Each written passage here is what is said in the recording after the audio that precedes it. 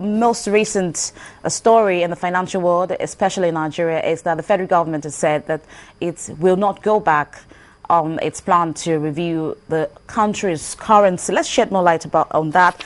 So we heard the Minister of National Planning yesterday saying that the introduction of the 5,000 naira notes into the nation's money markets is a fait accompli, according to the federal government. It's saying that President Goodluck Jonathan had approved the proposal to print the 5,000 naira denomination. He added that government would push ahead with the printing. He also said that this latest move will not lead to inflation in the country and the economy, unlike how some people may have represented it. It said that it's going to lead to, it will not lead to high inflation. As an economist, he said he has been a deputy governor in the central bank. That was when Professor Chukwuma Soludo was in the office as a governor of the central bank. Okay, let's move away from that. We'll track this for you on subsequent editions of the program.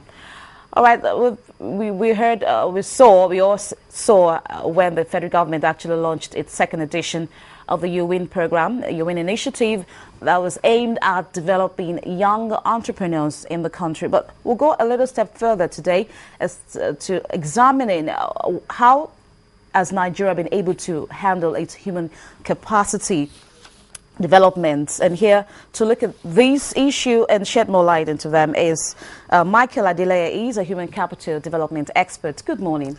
Good morning. Thank you for joining us on the program. My pleasure. I'm sure you watched issues in the news in the past few days where the federal government is trying to empower young people to go into businesses, be entrepreneurs, and explore the opportunities of course, in the economy.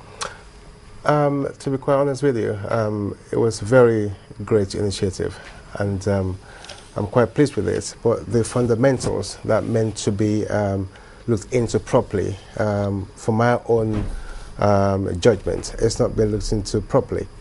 I've been in the industry, in the labor industry, human capital development for over 18 years, and there are a catalogue of issues that I think the government particularly are meant to look into to be able to solve this problem.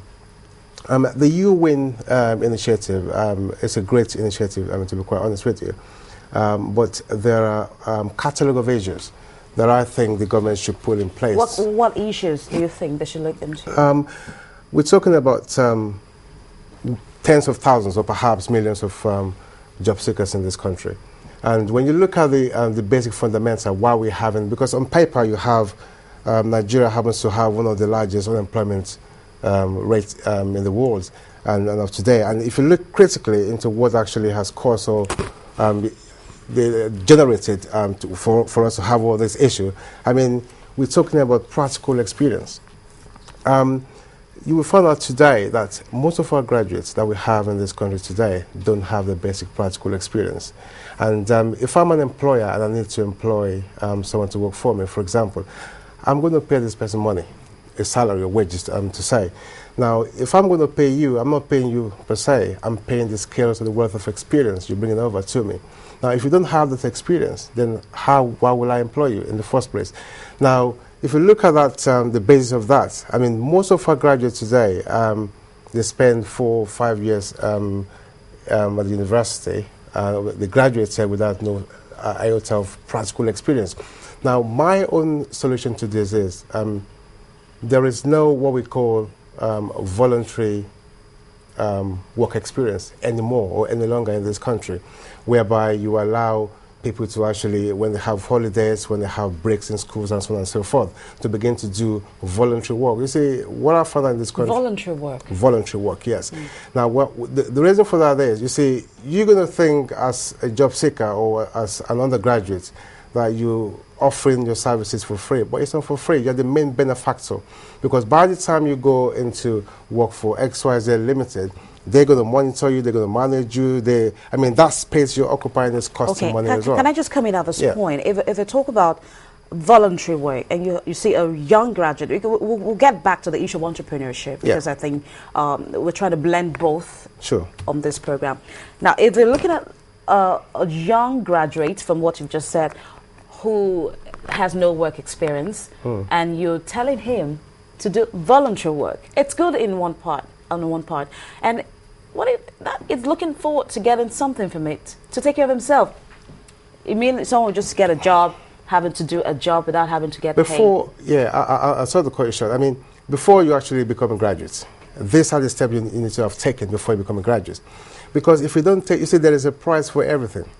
Now, the only way forward, I keep saying this all the time, I've been to several seminars, look, you need to begin to engage people to do voluntary work right from when they're in schools. I mean, this is going to help them to acquire some skills and experience, because when you graduate after 4 years at university, and you have no single 1 or 2 days or 1 week experience that you've worked somewhere, it's absolutely going to be very difficult for you to be able to get someone to employ you, because you have no iota of experience from anywhere. But if you do begin to do voluntary work from year 1, year 2, year 3, by the time you graduate, I mean, you're going to have all come together around about, say, 1 or 2 years experience on your resume, which is going to help you further. And also, I mean, if I come to work for you, for example, voluntarily, I mean, I'm opening a window for myself to be able to expose who I am, my dedication, my experience, what I can do for you, and so on and so forth. Now, it's voluntary, but eventually, if I'm very good, dedicated, productive, you're going to look at me one day and say, hang on, this chap is very good, he knows what he's doing. Let's give him something, maybe transport money, you know, and so on and so it could forth. be a little bit difficult in our own environment. Perhaps what you're talking about obtains or exists in other economies of the world. But in a place like Nigeria, for instance, where your intention of taking up a job is because you want something. As a young graduate or an undergraduate in the situation, you want something to pay your school fees, you have to pay your tuition fees, and all of this. And how do you strike the balance? Having taken a job, you don't get paid, and you think you're going to stay there, and you have needs to meet. What's your take about that? What I would say about that is, you see, you sow now and reap later. You have to do something to actually be able to become marketable in the future. Now, you want something. Of course, you want something. Now, if you go to do voluntary work, you're meant to be paying the person or the company that you actually you've gone to actually go and do the voluntary work, because they're going to manage you, they're going to mentor you, they're going to train you, and that's going to take their resources, their time, and everything to actually train you. And you are the person gaining, or the major benefactor. So it's actually very, very important that we actually engage all our students right from day one from the university to begin to do voluntary work. That's one of the issues. Secondly, I mean, we're talking about ICT skills, and I've heard over and over the government initiative and the money being pumped into ICT around the country. But how are these things being implemented? That is my question. Now, I give a very good example. I mean, I had one candidate that actually came for the interview with us, and one of my consultants was actually interviewing this lady, and I was opportune to be there and actually look at the whole scenario. And I asked this lady, and I said, what exactly do you want us to do for you? She said, you want a job. She was a graduate, just finished her youth service corps. Now, what amazes me was, she has never, in 4 or 5 years of education, used a computer or a laptop. Now, how do you want to help such a person to be able to get a career or an opportunity? Now, when I asked her, how version was this? I'm blaming the government. They weren't provided with any computer at school. I'm blaming the institution. And I look at it and I say, look, there's nowhere under the heaven where a government would provide 100% for a citizen. I mean, what are you doing for yourself to be able to counter this problem? And I look at her. She had 3 BlackBerry phones with her. And I said, you're blaming the government, you're blaming the institution.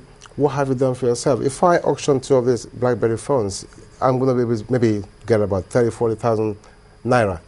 A small used laptop will cost you around about 20,000, 25,000. Why don't you invest in yourself to be able to get a laptop, or perhaps go to cyber cafes and spend 100, 200 naira every day to educate yourself? That is not a problem. But the government has a blame in that as well. They spend millions, perhaps hundreds of millions, in giving out books, and giving out, saying reading culture and so on and so forth. We are too much into theoretical issues in this country. Our practical advantages are dwindling.